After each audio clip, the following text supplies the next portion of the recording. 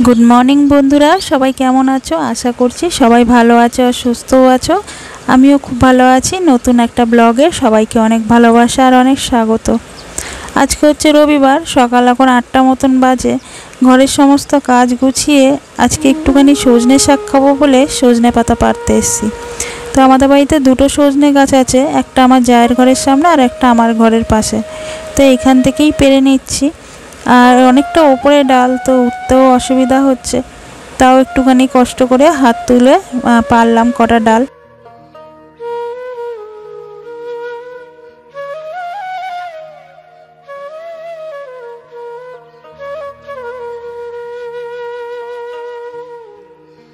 সজনে শাক শুধু রান্না করলে না একদমই ভালো লাগে না। এর মধ্যে একটু যদি অন্য শাক মেশানো যায়, যেমন হচ্ছে কলমি শাক, তো কলমি শাকটা তো জানোই একটু রান্না করলে একটু মাখা মাখা মতন হয়। তো ওর মধ্যে যদি এই শাক মেশানো যায় তাহলে কিন্তু খুব ভালো লাগে। আর এই শাকটা যদি শুধু করি না তাহলে কেমন যেন একটু তাগিয়ে তাগিয়ে থাকে, ঝরঝরে মতন, মানে ঘ্যাট মতন হতে চায় না।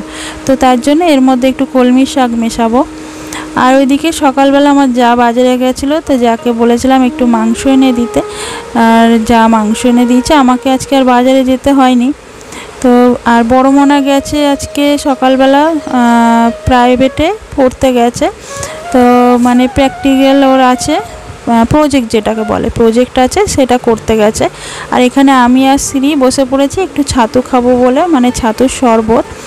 আর সিঁড়ি তো প্রতিদিনই ছাতুর শরবত খেতে খুবই ভালোবাসে। তো তার জন্য সিঁড়ির জন্য না আমি মানে সব কিছুই রেডি করে রাখি, যে ও একটু শরবত, লেবুর জল এইসব খেতে খুব ভালোবাসে। সকালবেলা এই গরম পড়ার পর থেকেই না প্রত্যেক দিনই বলে শরবত করে দিতে সকালবেলা করে। তো তার জন্য, আর এটা কিন্তু বড় মনে আবার খায় না, আমি আর সিঁড়িই খাই এই ছাতুর শরবতটা। তো আমাদের খুব ভালো লাগে গরমের মধ্যে না সকালবেলা এই ছাতুর শরবতটা খেলে, পেটটাও ভরা থাকে আর একটু হালকা খাবারের মধ্যে, তো অসুবিধাও হয় না। আর এই গরমে অন্য কিছু যেমন ভাত রুটি টুটি খেলে না অনেকটাই মানে শরীরে কষ্ট হয়। তো তার জন্য সেরকম খুব একটা খাই না সকালবেলার দিকে, এই ছাতুর শরবতটাই বেশিরভাগ খাওয়া হয় আমাদের। আর এখন হচ্ছে কটা কাঁচা রয়েছে, কাচবো, আর শাকটা কাটবো আগে। শাকটা কেটে তারপরে কাচবো, কেচে তারপরে স্নান করে পুজো দেবো, দিয়ে তারপরে রান্না বান্না করবো।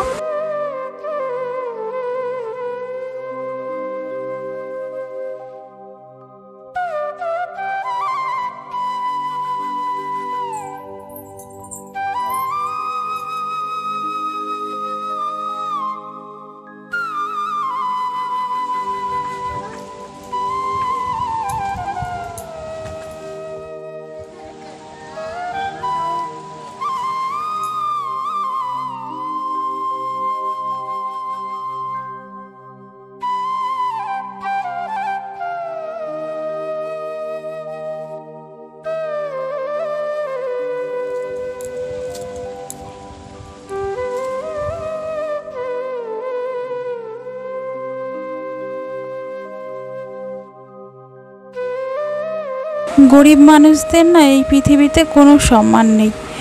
টাকাই মানুষের আসল পরিচয়। যাদের টাকা আছে তাদের সম্মান আছে, যাদের টাকা নেই তাদের সম্মানও নেই।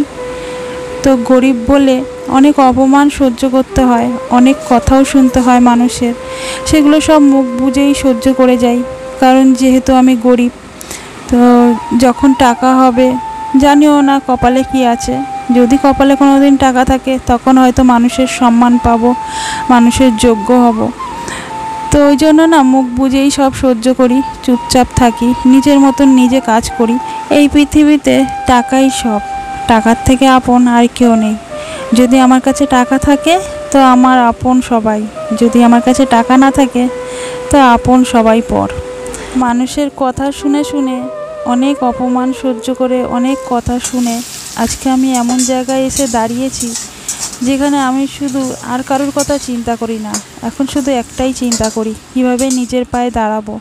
সকাল থেকে রাত অবধি একটা সেকেন্ড, একটা মুহূর্ত এমন নেই যে সময়টাতে আমি বসে আরাম করি। সারাক্ষণ আমি কাজ করে যাই, সকাল থেকে রাত্রে শোয়া অবধি। রাত্রে শুতেও পারি না ঠিক মতন। এখন তো রাত্রে ঘুমানোর আগে পর্যন্ত এডিটিং করি। শুধু এই কিছুক্ষণের জন্য চোখটা বন্ধ করি, তারপরে আবার সকালে আবার ভোরবেলা, এখন তো ভোরবেলা উঠে পড়ি সেই 5টা 5:30টার সময়। তো সেই 5:30টা দিকে পুরো একদম রাত্রির 12টা 1টা অবধি সারাক্ষণ শুধু একটাই চিন্তা, কিভাবে নিজের পায়ে দাঁড়াবো আর কিভাবে আমার স্বামীকে সাহায্য করব, ওকেও নিজের পায়ে দাঁড়াতে। আসলে কি বলো তো, স্বামীর ইনকাম কম থাকলে না বউদের সেরকম সম্মান থাকে না ফ্যামিলিতে। যদি আমার স্বামীর অনেক ইনকাম হতো তাহলে আমার সম্মানটা হয়তো অনেক হতো, কি আমার স্বামী যদি অনেক কিছু করতে পারতো। যেহেতু অনেক কিছু করতে পারে না, ওই জন্য হয়তো সম্মানটাও কম ওর।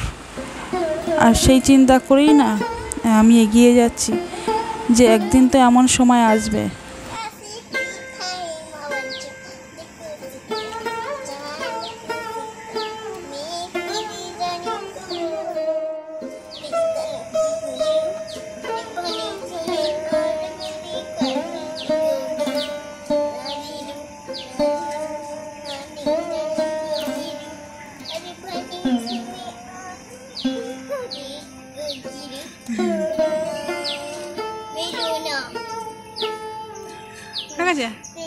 বাবা।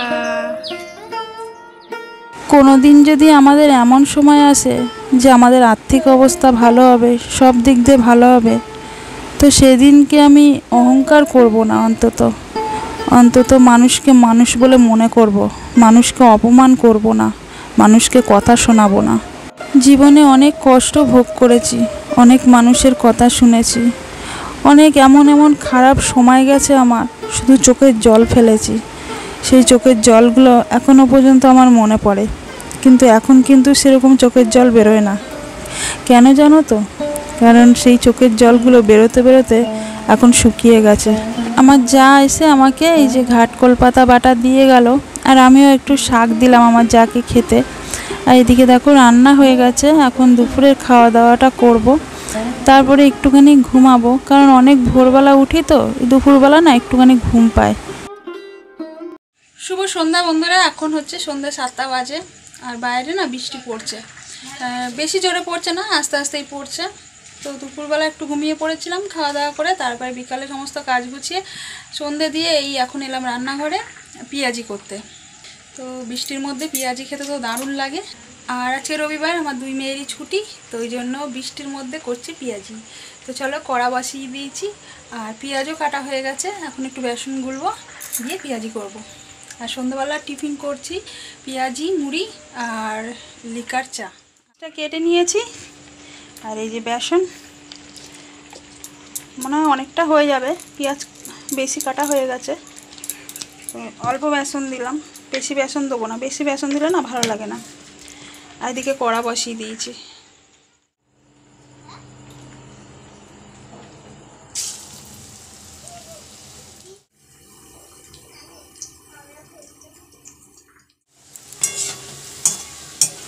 পেঁয়াজিগুলো হয়ে গেছে, এবার নামিয়ে দেবো। আমার 2 মেয়ের শুধু জিজ্ঞাসা করেছে হয়েছে হয়েছে করে যাচ্ছে।